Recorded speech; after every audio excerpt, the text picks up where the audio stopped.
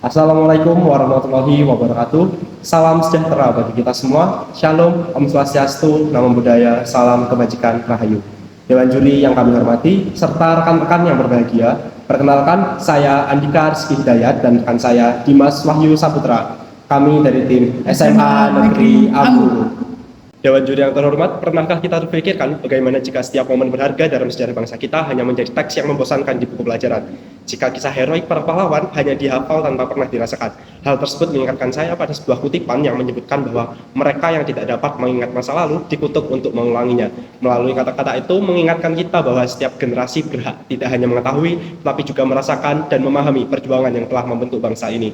Namun kenyataannya, laporan kebijakan Kemendikbudristek tahun 2021 menunjukkan bahwa penurunan minat pembelajaran sejarah disebabkan materi ajar yang kurang mengangkat nilai kedaerahan dan metode ceramah, memorisasi yang monoton, sehingga siswa tidak memiliki ikatan emosional dalam konten sejarah. Lalu, apa dampak dari permasalahan tersebut? Data dari Kementerian Pendidikan dan Kebudayaan pada tahun 2023 menunjukkan bahwa kunjungan pelajar ke museum masih sangatlah minim. Museum Nasional yang menjadi salah satu museum terbesar di Indonesia mencatatkan jumlah pengunjung pelajar yang relatif rendah. Dengan total pengunjung pada tahun 2012 yang mencapai 399.220. Dewan juri yang terhormat, akibatnya terjadi degradasi pemahaman sejarah, di mana generasi muda menjadi acuh terhadap warisan budayanya. Mereka kehilangan kemampuan untuk tidak hanya sekedar menghafalkan fakta, tetapi juga merasakan dan memahami nilai-nilai luhur serta perjuangan bangsa secara empatik. Rendahnya empati sejarah dapat memicu intoleransi dan perpecahan, karena mudahnya muncul prasangka akibat ketidakmampuan memahami kompleksitas dan juga keragaman dalam lintasan sejarah bangsa. Melihat permasalahan-permasalahan yang ada, kami merasa terpanggil untuk menciptakan sebuah solusi inovatif yang memanfaatkan teknologi. Maka dari itu, kami mengusulkan suatu inovasi bernama Timeport, inovasi museum imersif berbasis gestur kontrol dan alur bercerita bersimpang untuk penguatan literasi sejarah berempati pada kaum muda. Timeport adalah sebuah inovasi museum imersif yang dirancang untuk meningkatkan literasi sejarah dan juga empati generasi muda melalui pengalaman sensorik dan juga narasi interaktif. Timeport memadukan sensory motion untuk navigasi bebas sentuh dan juga struktur cerita bersimpang, ditujukan untuk kaum muda, siswa SMA dan juga mahasiswa. Timeport ini diciptakan untuk pengalaman belajar mendalam, meningkatkan empati historis dan juga membangun ikatan emosional dengan warisan sejarah Indonesia. Sebenarnya, upaya untuk meningkatkan minat pembelajaran sejarah sudah pernah ada sebelumnya, seperti yang dilakukan oleh Museum Nasional Indonesia pada tahun 2024, yaitu dalam mengadopsi teknologi augmented reality pada ruang imersiva pada beberapa koleksi pamerannya. Namun, terdapat kekurangan pada pengimplementasinya, yaitu implementasi teknologi tersebut masih menghadapi kendala seperti keterbatasan interaktivitas dan minimnya pendekatan naratif mendalam. Teknologi yang ada cenderung statis dan pengalamannya cenderung linier serta sudah ditentukan. Lalu, solusi yang kedua dikemukakan oleh penulis sebelumnya, yaitu adalah Museum Virtual Inovatif SMBII yang memanfaatkan machine learning KNN untuk rekomendasi personalisasi dan virtual tour 360 derajat berbasis web. Tapi sayangnya inovasi ini masih memiliki kekurangan, yaitu adalah akurasi rekomendasi bergantung pada data yang ada, antarmuka fungsional tetapi kurang imersif, dan belum mengakomodasi interaksi berbasis gestur kontrol serta alur cerita dinamis yang dapat memberikan pengalaman personal dan juga empati.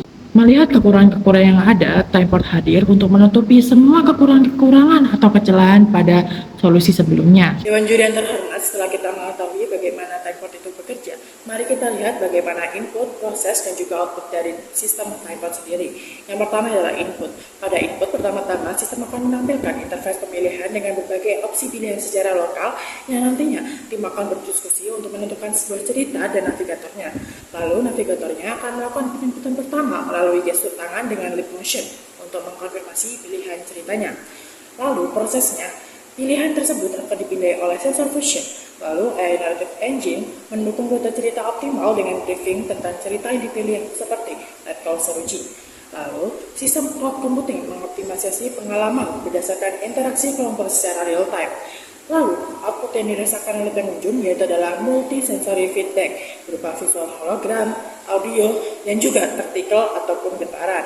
Hal inilah yang membuat seluruh pengunjung merasakan pengalaman empati historis yang mendalam dan mengerti arti dari cerita Let Call Seruji atau pilihan-pilihan cerita sejarah yang nantinya dipilih oleh seorang timnya.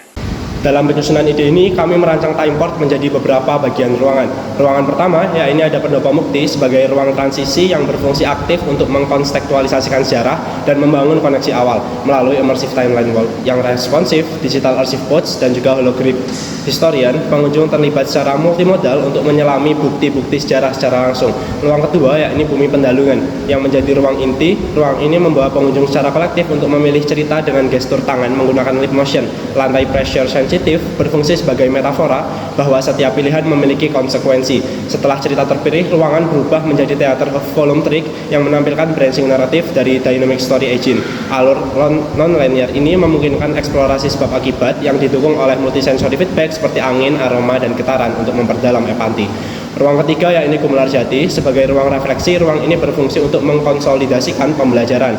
Reconcile Wall menampilkan visualisasi jalur cerita dan peta emosi kelompok. Discussion circles dan empathy feedback terminals mendorong diskusi terpadu dan umpan balik anonim.